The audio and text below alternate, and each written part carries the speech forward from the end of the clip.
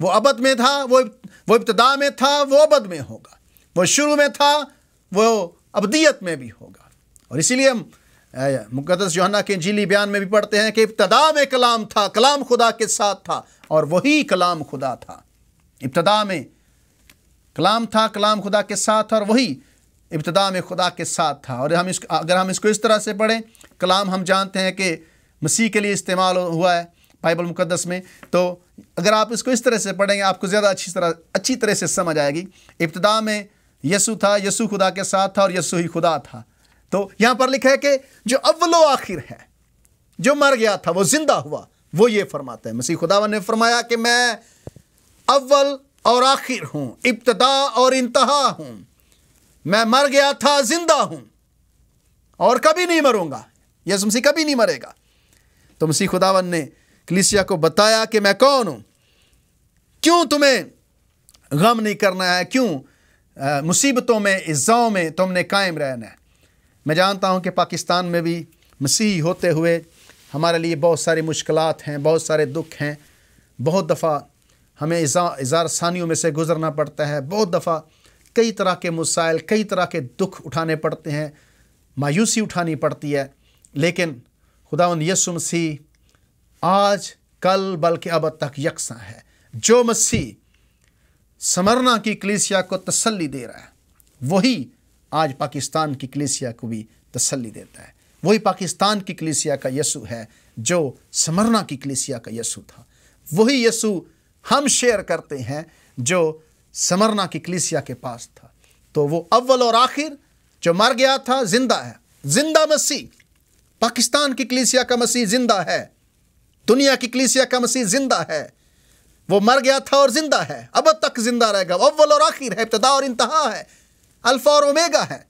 تو مسیح خداوند فرماتے ہیں کہ سمرنا کی کلیسیا کے فرشتہ کو یہ لکھ کہ جو اول و آخر ہے، جو مر گیا تھا اور زندہ ہوا، وہ یہ فرماتا ہے کہ میں تیری مصیبت اور غریبی کو جانتا ہوں، مگر تو دولت مند ہے، اور جو اپنے آپ کو یہودی کہتے ہیں اور ہیں نہیں بلکہ شیطان کی جماعت ہیں، ان کے لعن طعن کو بھی جانتا ہوں۔ اس شہر کے اندر کلیسیا، سمرنا کی کلیسیا کو ستایا جا رہا ہے، دکھ دیے جا رہے ہیں، ان پر ظلم ہو رہا ہے۔ سبب یہ ہے کہ یہ کیسر کو اپنا خدا ماننے کے لیے تیار نہیں ہے۔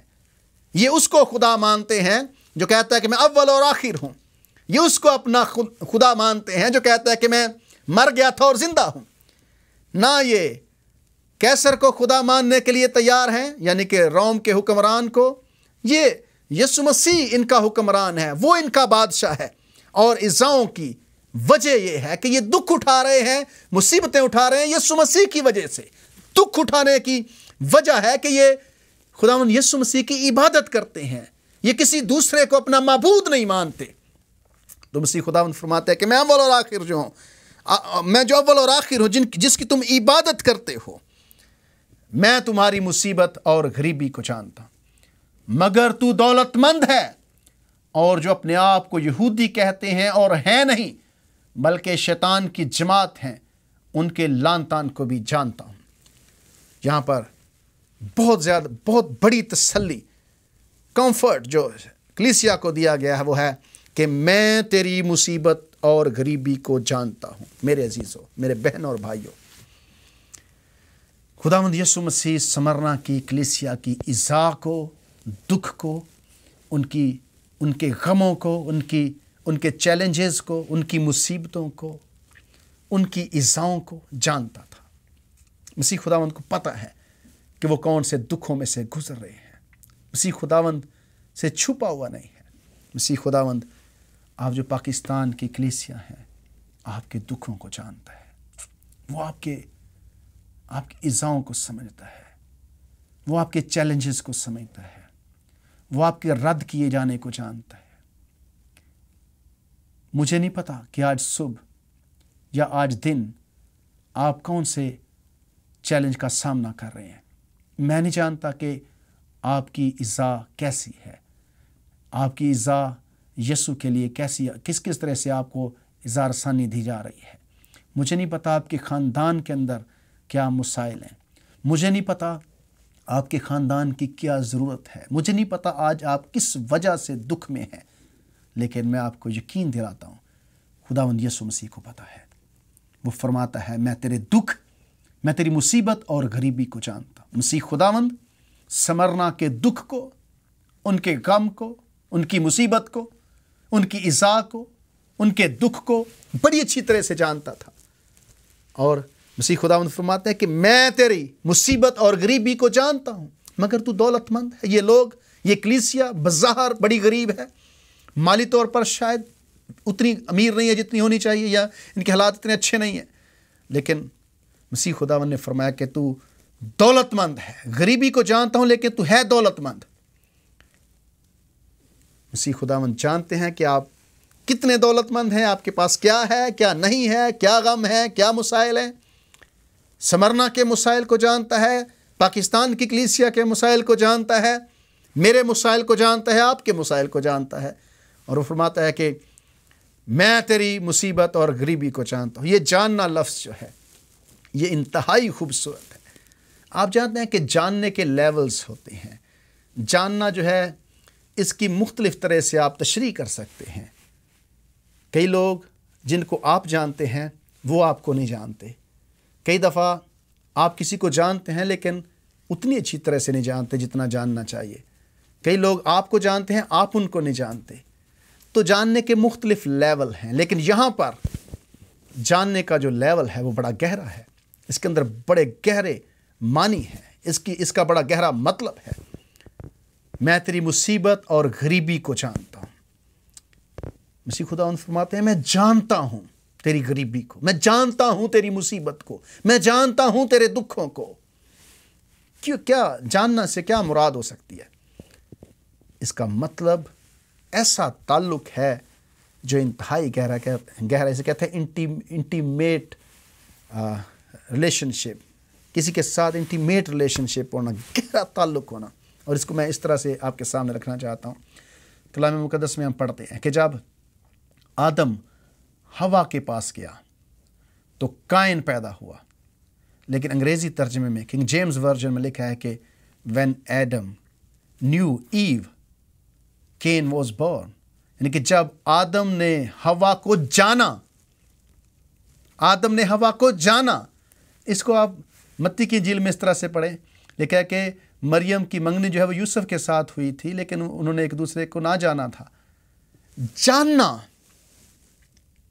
کسی کے ساتھ تعلق رکھنا ہے، ایسا تعلق جو انٹیمیٹ گہرا تعلق ہوتا ہے، جس کا یعنی کہ آدم نے جب ہوا کو جانا ہے، جب آدم ہوا کے پاس گیا ہے، وہ آپس میں ان کا تعلق ہوا ہے. میرے خیال سے آپ سمجھ رہے ہیں. تو پھر کائن پیدا ہوا ہے. تو اس طرح سے یسوع مسیح آپ کو جانتا ہے. اتنا تعلق ہے اس کا آپ کے ساتھ، گہرا تعلق ہے آپ کے ساتھ اس کا. وہ کہتا ہے کہ میں تیری مصیبت اور غریبی کو جانتا ہوں، گہرے طور پر جانتا ہوں. گہرا یسوع مسیح کو پتا ہے کہ کیا ہو رہا ہے. آپ کا یسوع کوئی دور افتادہ حقیقت نہیں. یہ نہیں کہ وہ آسمان پر ہے اور اسے آپ کی کوئی فکر نہیں ہے. وہ آپ کے دکھوں کو، اگر آپ آج صبح بیمار ہیں، اگر آپ مالی مشکل کا شکار ہیں، اگر کسی طرح کی ایذا رسانی آپ کے علاقے، آپ کی کلیسیا، آپ کے خاندان کے اندر ہے، یسوع مسیح جانتا ہے. وہ جو اول اور آخر ہے وہ جانتا ہے، جو مر گیا تھا، جو زندہ ہے وہ جانتا ہے. مت بھولیں آپ کا یسوع آپ کے چیلنجز، آپ کے دکھوں میں آپ کے ساتھ ہے. آپ جانتے ہیں کہ جب پالوس ساؤل جو بعد میں پالوس بن گیا تھا، وہ کلیسیا کو ستا رہا تھا. وہ بڑا پرجوش تھا. وہ سمجھتا تھا کہ مسیحیوں کو ستانا میرا حق ہے، میں اپنے مذہب کی خدمت کر رہا ہوں. مسیح خداوند اس پر ظاہر ہوا. اگر آپ پڑھیں رسولوں کے اعمال کی کتاب، اس کے 9 باب کی 4 اور 5 آیت، تو یہاں پر ہم پڑھتے ہیں، اور وہ جب یسوع مسیح اس پر ظاہر ہوا ہے، وہ دمشق میں جا رہا ہے تاکہ کلیسیا کو ستائے، انہیں دکھ دے. تو لکھا کہ وہ زمین پر، جب یسوع مسیح اس پر ظاہر ہوا تو وہ زمین پر گر پڑا اور یہ آواز سنی کہ اے ساؤل تو مجھے کیوں ستاتا ہے؟ تو لکھا ہے کہ اس نے پوچھا اے خداوند تو کون ہے؟ اس نے کہا میں یسوع ہوں جسے تو ستاتا ہے. اب میرا یہاں پر سوال یہ ہے کہ یہ کون ہے جس کو سول ستا رہا ہے؟ کیا یہ دمشق کے مسیحی ہے؟ یس، وہ ہیں۔ کیا وہ اکیلے ستائے جا رہے ہیں؟ مسیح ان کے دکھ میں شریک نہیں ہے۔ کلام میں لکھا ہے کہ اے سول تو مجھے کیوں ستاتا ہے؟ جب لوگ آپ کو ستاتے ہیں، جب سول دمشق والوں کو ستاتا ہے تو وہ مسیح کو ستاتا ہے۔ جب آپ کو پاکستان میں کوئی ستاتا ہے تو وہ مسیح کو ستاتا ہے۔ آپ کو یاد ہے خدا نے بنی اسرائیل سے کہا جو تمہیں چھوتا ہے وہ میری آنکھ کی پتلی کو چھوتا ہے۔ کلیسیا یسوع مسیح کا بدن ہے، وہ کلیسیا کا سر ہے۔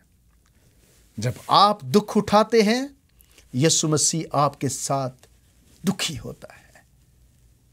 ہو نہیں سکتا کہ بدن پر تکلیف ہو اور سر جو ہے وہ اسے محسوس نہ کرے۔ یسوع مسیح نے سول سے کہا ہے سول تو مجھے کیوں ستاتا ہے؟ وہ کہتا ہے خداوند تو کون ہے؟ شاید سول سوچ رہا تھا کہ خداوند یسوع مسیح تو آسمان پر ہے، میں زمین پر ہوں، میں تجھے کیسے ستا سکتا ہوں؟ اے خداوند یسوع مسیح، یہ کیسے ہو سکتا ہے کہ آسمان پر میں جا کر تجھے ستاؤں؟ لیکن یسوع نے کہا اے سول تو مجھے جب لوگ آپ کو ستاتے ہیں تو وہ یسوع مسیح کو ستاتے ہیں، وہ یسوع مسیح کو دکھ دیتے ہیں۔ یسوع مسیح آپ کے دکھوں میں آپ کے ساتھ ہے، وہ آپ کو چھوڑتا نہیں ہے۔ اس نے اپنے شاگردوں سے کہا کہ میں دنیا کے آخر تک بلکہ ہمیشہ تمہارے ساتھ ہوں۔ وہ آپ کے ساتھ ہے، وہ آپ کو چھوڑتا نہیں ہے، وہ آپ کی زندگی کے مسائل کو جانتا ہے، وہ آپ کے دکھوں کو جانتا۔ میں تیری غریبی اور مصیبت کو جانتا ہوں، اس سے چھپا ہوا نہیں ہے۔ اور پھر جب یسوع مسیح نے ان کو بتایا تو یہاں پر کچھ یہودی تھے جو نام کے یہودی تھے، وہ کلیسیا کو ستا رہے تھے، لیکن یسوع نے کہا کہ یہ شیطان کی جماعت ہیں، ان کے لان تان کو میں جانتا ہوں، یعنی کہ وہ جو لان تان کر رہے تھے ان کو میں جانتا ہوں۔ تو پھر مسیح خداوند نے کہا جو دکھ تجھے سہنے ہوں گے ان سے خوف نہ کر۔ یسوع مسیح نے بتایا کہ دکھ ہیں۔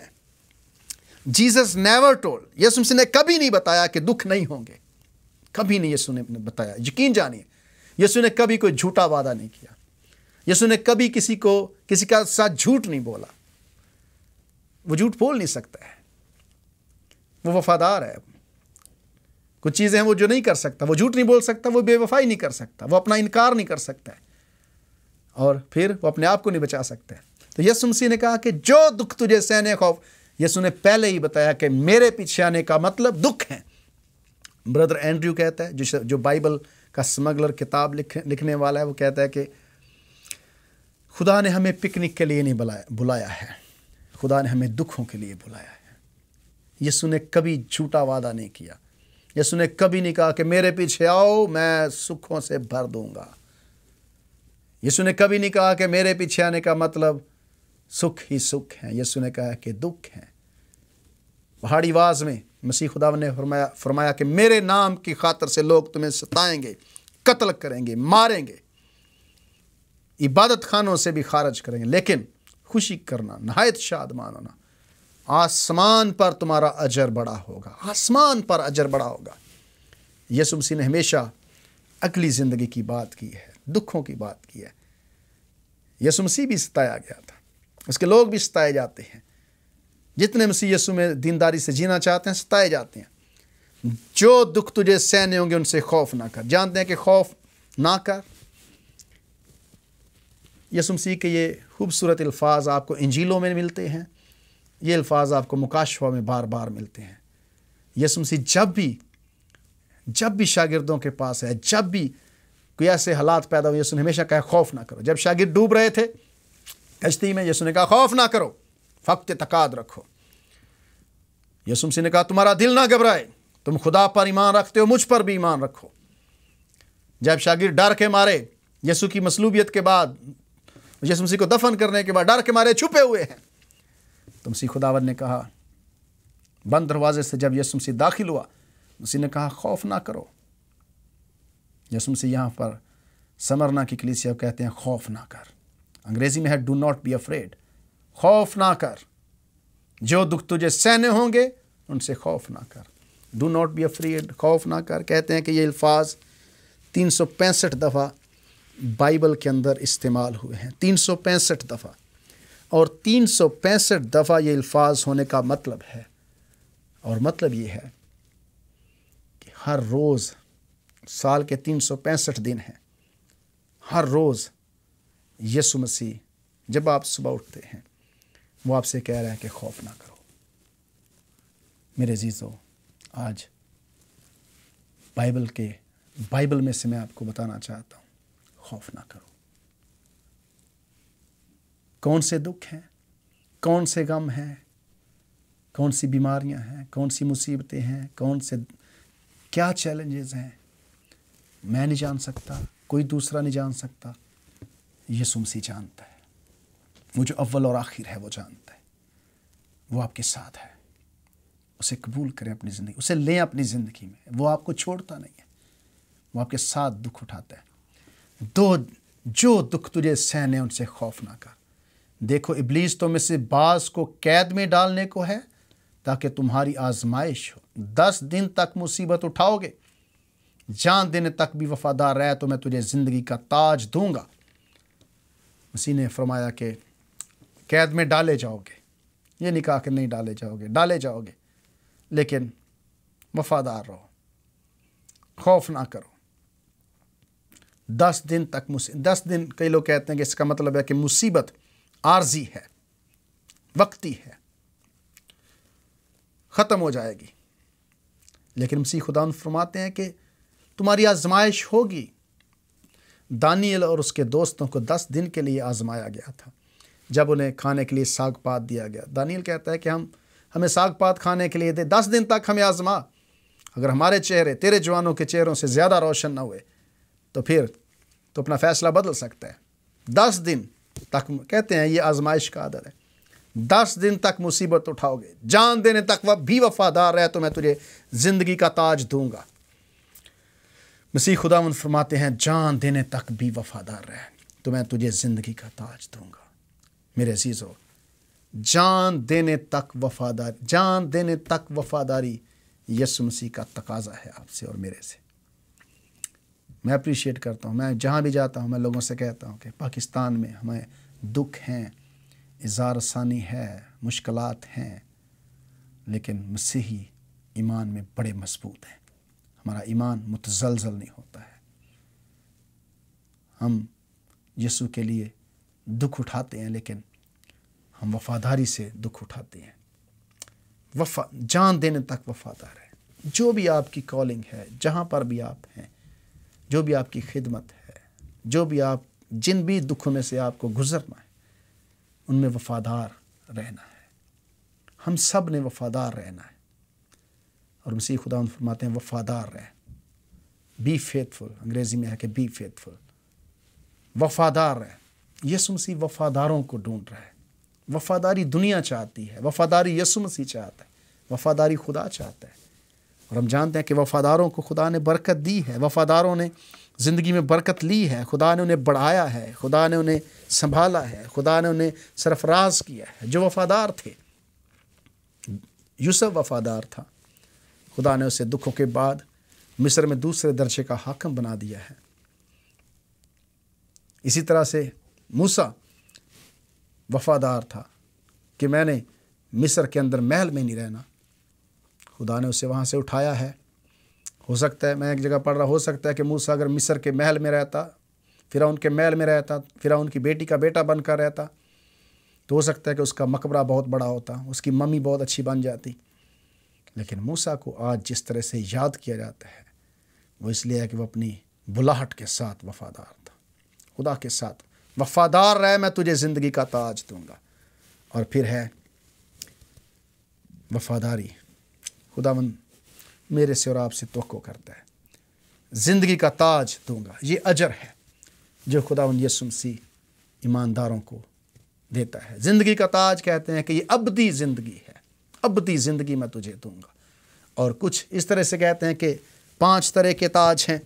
زندگی کا تاج ہے، شہیدوں کے لیے ہے، عام طور پر سوچا جاتا ہے، اور کئی دفعہ کہا جاتا ہے کہ لافانی تاج ہے.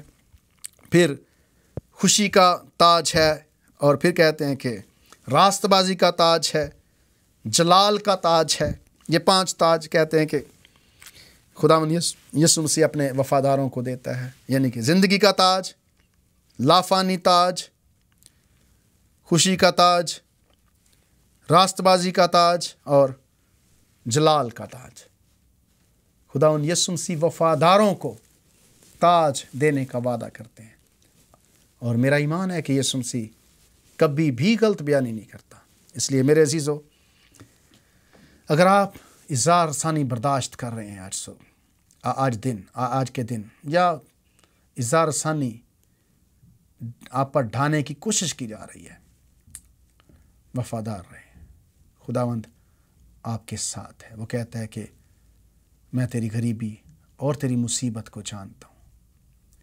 میں جانتا ہوں کہ تو وفادار ہے، میں جانتا ہوں کہ تو غریب ہے، میں جانتا ہوں کہ تجھے دکھ سہنے ہیں، لیکن جان دن تک وفادار ہے، میں تجھے زندگی کا تاج دوں گا۔ بڑی ضرورت ہے کلیسیا کو دعا کی، اکٹھے رہنے کی، مل کر دکھ اٹھانے کی۔ جب پطرس کو قید میں ڈال دیا گیا تو کلیسیا دعا کر رہی تھی۔ کیا دعا کر رہی تھی؟